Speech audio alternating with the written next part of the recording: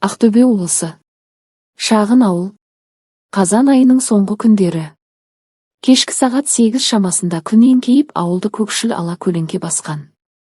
Аспандағы бұлттар баяу жылжып, салқын ауа қазанның иісіндей өткір сезіледі. Ауладағы ит бір рет үрді де, қайта тынышталды, дәл сол сәттегі үнсіздік жүректі одан сайын қысып жібергендей. Әзімхан трактордың жанында тұрып, қолын сүртті де, телефонын шығарып қарады. Экран жарығы бетіне түсіп, жүзіндегі шаршауды айқындап жіберді. Ол қоңырау шалды. Айгүл, деді, даусы әдеттегідей сабырлы. Мен бүгін Қараталдағы тойға барам. Жол алыс. Таң атпай келмеймін. Сен бармай қой, бала бар, әбігер боларсың. Ас үйде тұрған Айгүл телефонды құлағына таяп, үнсіз тыңдап тұрды. Қайнап тұрған шәйнектің дыбысы да жүрегіндегі бір түрлі сыздауды баса алмады. Жарайды, деді ол жай ғана. Телефон сөнді. Ал ас үйде бір сәтке бәрі тым-тыныш болып кетті. Айгүл терезе алдына барып сыртқа көз салды. Ауладағы қарағайдың түбінде ескі орындық бар еді. Сол орындықта Ерлан отыр. Қараңғыда силуэті ғана анық көрінеді. Қолын тізесіне қойып бір нүктеге қадалып қалған. Ерлан Әзімханның інісі. Жасы 27-де. Үйленбеген. Университет бітіріп қалада қалуға мүмкіндігі бола тұра, ауылға қайтып келген. Аз сөйлейді. Бірақ бір қарағанда ішкі әлемі терең екені сезіледі. Оның көзқарасы адамды мазасыз ететін тым тік, тым шын. Айгүл терезені ашты. Салқын ауа бетіне тиді. Ерлан, кірші. Шай дайын, деді ол. Ерлан басын көтерді. Сол сәтте олардың көздері түйісті. Бірақ сол секундтың өзі тым ұзақ болып кеткендей. Ерлан орнынан тұрып, баяу үйге қарай беттеді. Айгүл терезені жапты. Жүрегі біртүрлі соғып тұр. Өзі де түсінбеген бір сезім ішін қысып тынысын тарылтты. Бұл қорқыныш емес еді. Бұл қуанышта емес. Бұл жалғыздықтың алғаш сезілген иісі болатын. Ас үйде тек пештің баяу гуілі ғана естіледі. Терезеден түскен әлсіз жарық үстелдің бетіндегі ыдыстарды көмеске етіп көрсетіп тұр.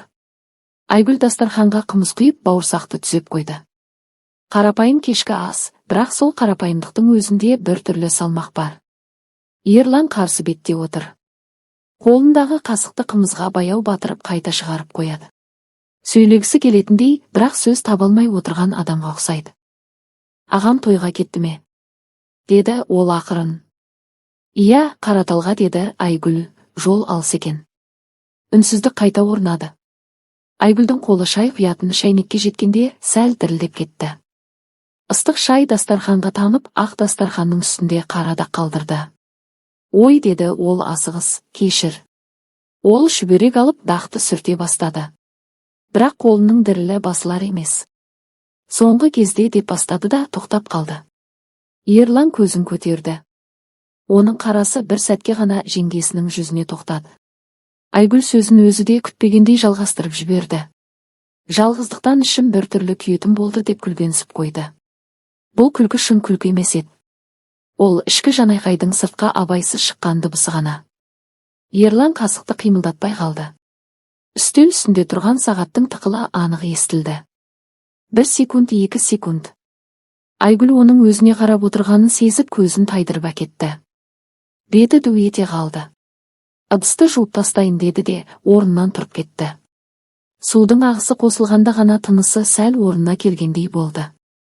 Бірақ артынан қарап тұрған көзқарасты анық сезіп тұрды. Ерлан ештеңе айтпады. Бірақ сол бір сөз, ішім күйетін болды, оның ойында қайта-қайта жаңғырып тұрды. Бұл жай сөз емес еді. Бұл бір есіктің сығалап ашылғанындай белгі болатын. Ал кейде бір рет ашылған есік қайта жабылмай қалады. Түн біртіндеп ауылды тұтас жұтып қойды. Сағат 11-ден асқанда үйдің іші де, аула да тып-тыныш қалды. Тек пештің ішіндегі от анда-санда сытырлап, тіршіліктің барын еске салғандай. Айгүл жатын бөлмедегі шамды сөндіріп төсегіне жатты. Қасында ешкім жоқ. Бұл бос орынға ол әлдеқашан үйренгендей еді, бірақ бүгін сол бос кеңістік ерекше салмақ салып тұрды. Телефонын қолына алды, Әзімханнан хабар жоқ. Әдеттегі жағдай. Бірақ сол ойда жұбата алмады. Дәліз жақтан баяу дыбысы естілді. Қадам емес, жай қозғалыс. Айгүл құлағын тікті. Ерланның бөлмесінің есігі әдетте жабық тұратын. Ал қазір жарық сызығы еденге түсіп тұр. Жүрегі бір сәтке тоқтап қалғандай болды. Неге алаңдаймын? Деді ішінен. Мен неге бұған мән беріп отырмын? Сол сұрақтарға жауап іздегенше өзі де байқамай орнынан тұрып кеткенін аңғарды. Жалаң аяқ дәлізге шықты. Суық еден табанына тигенде ғана есін жиғандай болды. Есікке таяды. Ішке қарады. Ерлан төсекте шалқасынан жатыр. Жарық әлсіз, тек жүзінің сұлбасын ғана айқындап тұр. Көзі жұмулы. Бірақ тынысы бір қалыпты емес. Ұйқыдағы адамға ұқсамайды. Айгүл қозғала алмай қалды. Кеудесі қысылып, ауа жетпей тұрғандай сезінді. Қолын есіктің тұтқасына қойды. Бір сәт кері бұрылмақ болды. Бірақ аяқтары тыңдамады. Бұл сәт қадам емес еді. Бұл ішкі шекараның баяу бұзылуы болатын. Ерланның жүзінде болар-болмас күлкі ізі байқалды. Көзін ашпады. Бірақ бәрін сезіп жатқандай. Айгүл есікті сәл ғана итеріп ішке бір қадам жасады. Есік жабылмады. Ашық қалды. Ашық есік қайтар жолдың әлі барын білдіретіндей еді. Бірақ кейде ең қауіпті шешім дәл сол ашық тұрған есіктің жанында қабылданады. Айгүл сол жерде тұрып қалды. Жүрегі қатты соғып тұр. Өзіне өзі сыбырлады. Тек бір сәт. Ал кейде бір сәт тұтас тағдырды өзгертіп жібереді. Ерлан көзін ашқан жоқ. Бірақ Айгүл оның сергегенін анық сезді. Бөлмеде тыныштық тым қоюланып кеткен. Тіпті тыныстың өзі естілердей. Айгүл бір қадам алға жылжыды. Төсектің жанына келгенде ғана тоқтады. Осы арада тоқтаса, бәрі бітетіндей. Бірақ тоқтау ойы кешігіп келген еді. Ерлан баяу қозғалды. Қолы жамылғының үстімен сырғып, Айгүлдің білегіне тиді. Бұл кездейсоқ жанасу емес еді. Бірақ әдейі де емес сияқты. Тек бір сәттік үнсіз келісім. Айгүлдің жүрегі кеудесіне сыймай кеткендей болды. Ол қарсы шегінбеді. Қолын тартып алмады да. Сол сәтте уақыт тоқтап қалғандай сезілді. Ерлан көзін ашты. Екеуінің көзқарасы түйісті. Бұл көзқараста сөз жоқ еді. Тек көптен жиналған айтылмаған сезім ғана бар. Жеңге, деді ол өте жай. Айгүл үн қатпады. Дауысы шықпады. Оның орнына тынысы тереңдеп кетті. Ерлан оның қолын босатып жібермеді. Бірақ қыспады да. Таңдау қалдырғандай. Айгүл төсектің шетіне жай ғана отырды. Бұл әрекет жауап болатын. Ерлан ештеңе деместен оның жанында қалды. Араларындағы қашықтық тым аз еді. Тіпті ауада асып кеткендей. Ерлан қолын баяу көтеріп Айгүлдің иығына қойды. Саусақтарының салмағы ғана сезілді. Бірақ сол салмақтан-ақ дене шымырлап өтті. Айгүл көзін жұмды. Бұл асығыс қадам емес еді. Бұл баяу, бірақ қайтымсыз жақындасу болатын. Сыртта жел соғып тұрды. Терезе сәл сықырлады. Ал бөлменің ішінде тек екі адамның тынысы ғана бар еді. Осы тыныстар бір ырғаққа түсе бастағандай Айгүл көзін ашпады. Кейде көрмеу бәрін жеңілдететіндей. Жауапкершілікті де, ойды да. Ол дәл қазір сол қараңғылыққа тығылғысы келді. Ерлан оның жанында отыр. Асықпай қозғалысы да, тынысы да байыпты. Қолын иығынан алып тастаған жоқ, бірақ алға да ұмтылмады. Бұл үнсіздік екеуіне де ауыр әрі тәтті еді. Айгүлдің ойы саңсаққа жүгірді. Тоқтау керек. Бұл дұрыс емес. Бірақ сол ойлардың ешқайсысы да жүрегіндегі сезімді тоқтата алмады. Ерлан еңкейіп оның самайына маңдайын тигізді. Бұл жақындықтың ең жұмсақ түрі еді. Сөзсіз, талапсыз, бірақ мағынасы тым терең. Айгүл еріксіз терең дем алды. Сол сәтте Ерлан да тынысын тежеп қалғандай болды. Екеуінің арасында бір ғана қадам бар еді, бірақ ол қадамды сөз емес, сезім жасайтын. Егер қаламасаң, деді Ерлан өте баяу. Айгүл жауап бермеді. Оның орнына қолын жай ғана көтеріп, Ерланның қолын ұстады. Қатты емес, бірақ анық. Бұл шешім еді. Дауыстап айтылмаған, бірақ анық қабылданған. Түн сыртта қоюланып бара жатты. Үйдің ішінде жарық әлсіз. Ал екі адамның арасындағы үнсіздік бұрынғыдан да тереңдей түсті.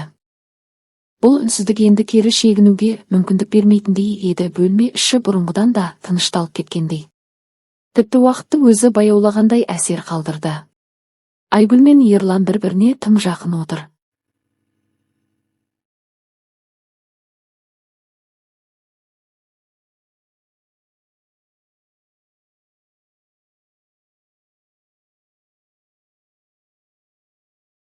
Бұл жақындық оттай емес, баяу жанып тұрған шоқ секілді еді. Айгүлдің жүрегі қатты соғып тұрды. Ол өз тынысын сезіп отыр. Әр дем алған сайын көкірегі көтеріліп қайта басылады. Ерлан да сол ырғақты сезіп отырғандай тынысы біртіндеп соған үйлесіп барады. Ерлан оның қолын әлі ұстап отыр. Саусақтары жылы. Сол жылу Айгүлдің бойына жайылып бара жатқандай. Ол көзін ашты. Қараңғылықта Ерланның жүзін анық көрмесе де, оның бар екенін, тым жақын екенін сезді. «Қорқып тұрсың ба?» деді Ерлан сыбырлап. Айгүл сәл ғана басын шайқады. «Жоқ», деді ол. «Тек кеш болып кеткендей». Ерлан жымия күлді. Бірақ бұл күлкіде жеңісте, жеңілдікте жоқ еді. Тек түсіну бар. Кейде кеш болған сәтте ғана шындық шығады, деді ол. Айгүл оның иығына басын тіреп отырды. Осы қалыпта олар біраз отырды. Сыртта жел үйді айнала соғып жүр. Терезе әйнегіне бір жапырақ тиді де төмен сырғып түсті. Бұл түнде ешкім уәде берген жоқ. Ешкім болашақты айтпады. Тек сол сәттің бар екенін, сол тыныстың шын екенін мойындады. Ал түн ортасы ауған сайын бұл үнсіз жақындықтың салмағы да арта берді. Түннің соңғы сағаттары. Аспан әлі қараңғы, бірақ алыстан бозамық жарық сезіле бастаған. Үй ішіндегі ауа да өзгергендей, ауыр емес, бірақ салмақты. Айгүл терезеге қарап отыр. Сыртта бәрі баяғыдай, аула, қарағай, үнсіз тұрған ауыл. Бірақ өз ішінде бәрі өзгеріп кеткенін анық сезді. Жүрегі әлі де тынышталмаған, ойы бір нүктеге тоқтай алар емес. Ерлан жанында отыр. Сөйлеген жоқ. Бұл үнсіздік енді бұрынғыдай тәтті емес еді. Ол ойлануға мәжбүрлейтін үнсіздік. Айгүл ішінен өзіне өзі сұрақ қойды. Мен не істедім? Бұл бір сәт пе, әлде бастамасы ма? Ол басын төмен салды. Қолдары тізесінде. Сол қолдардың дірілдеп тұрғанын өзі де сезді. Таң атып келеді, деді ол ақырын. Ерлан басын изеді. Даусы бұрынғыдан салмақты шықты. Иә, таң бәрін өз орнына қояды.